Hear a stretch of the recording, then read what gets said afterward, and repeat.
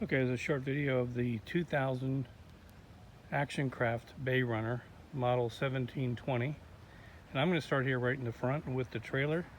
This is a Continental all aluminum trailer, but it also has a detachable tongue for short storage like in a garage. To lessen the length of the trailer, that whole arm will come out. And then you just have from there back on the stand. That stand folds up, and obviously you have the strap, pulls up tight, chain for the second security besides the strap on the trailer.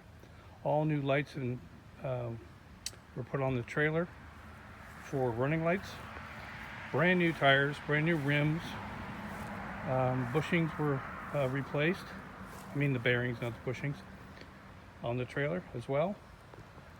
And you had your guide bars in the back, which just slide up and off if you don't want them on the trailer. But that's the end of the trailer video, and I'll go around the other side so you can see it.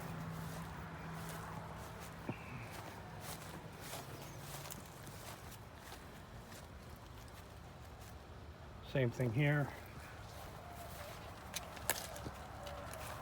New tires, all aluminum trailer.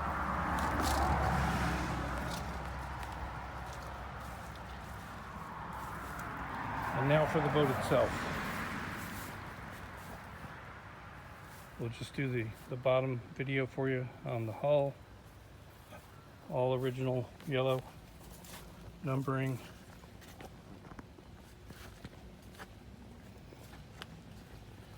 Walk by the bushes here.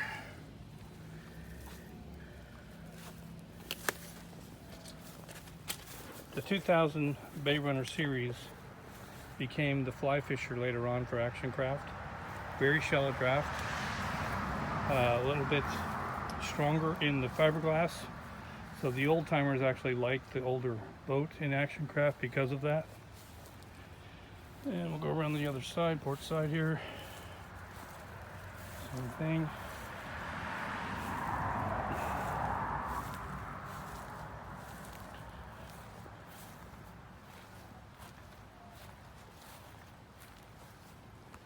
And then looking from the top view, you have the recessed polling platform clips. You have the front hatch.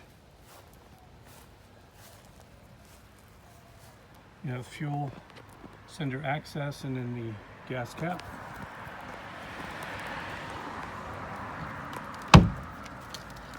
Quite a bit of storage up front here. Got junk in there now. And those black pipes there are for your rod holders. Those extend all the way from the side of the gunnel up into this cavity so that your rod tips are protected. And those are on both sides. Fuel sending unit was replaced. Rod holders here in the front. You have the reservoir for the 2-cycle oil inside that little hatch there for easy access. There's 2 of your rod holders, or 3, I can't remember. They go side by side and into those pipes I just showed you. More rod holders on this side. The side lights were replaced. All the bulbs were replaced from the running lights to LED. There's your 2 plugs, one for the overboard, one for the secondary hull. So when you put all the plugs in, there's actually an air cavity that goes into the hull. All the switches were replaced here on the panel, including the 12-volt switch was recently replaced for the ignition. You have the fuel gauge replaced, brand new Ritchie compass, the original RPM gauge. And underneath we have, underneath the seat itself, you have 1 battery on each side. I have the charger in here, charging the battery, and the second battery will be over here. So one runs all the accessories and one is a booster for the start.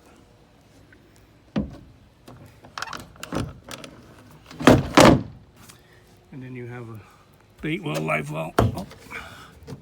Here is number 1 in the center with an added night light, so you can see what you're doing when you're taking the bait out, which is a separate switch. It turns on that little LED. And then your second bait well is on this side. Additional rod holders on the side of the pulling platform. Trim tabs. Stainless steel propeller on the 115. And like I said before, you have new lights. This is your recessed pulling platform clip. Stays out of the way for you if you're going to use a pole.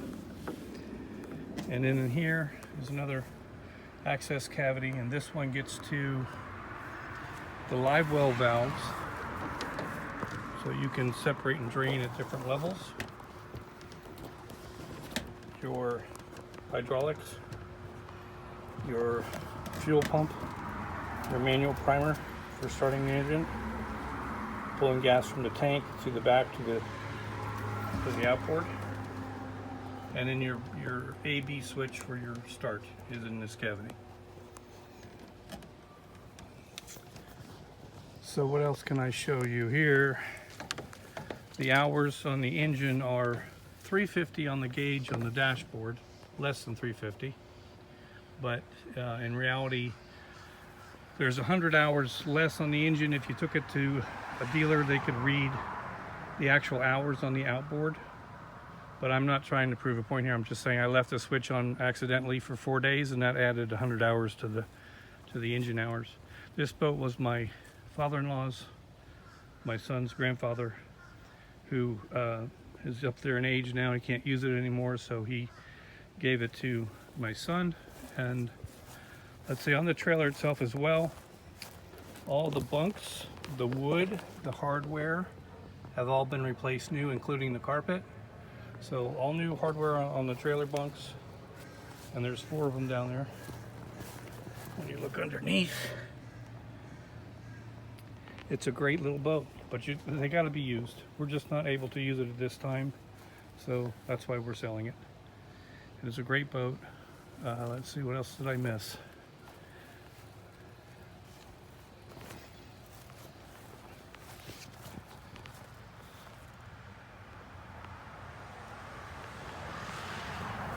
Secondary rod holders from where you couldn't see them when I was on the other side of the boat.